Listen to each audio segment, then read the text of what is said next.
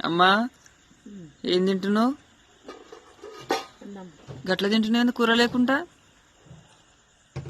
కూర తిన. ఎందుకు? తినబుద్ధి అవుతలేదా?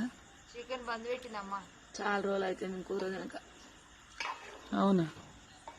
తినొద్దన్నారు. పొద్దుగా తిన్నది 2 ముక్కలు. అంటే ఎక్కువ శాతం తింటలేవా? ఇక పొద్దున చింత చిగురు వేసి ఉండింది కాబట్టి ఒక 2 ముక్కలు వేసుకొని తిన్నదంట. అవునమ్మా, చింత చిగురు మళ్ళీ పోతే దొరకదనా? ఇక అమ్మ అయితే ఉత్త అన్నమే తింటుంది. మరి మీరు అందరు తిన్నరా లేదా కామెంట్ చేయండి. హాయ్ అండి అందరికి. నేనైతే చికెన్ తింటలేను, ఎందుకంటే కొలెస్ట్రాల్ వచ్చింది నాకు. అందుకని తినద్దని చెప్పారు డాక్టర్లు. అందుకే తింటలేను, భయం అవుతుంది తిన్నామంటే.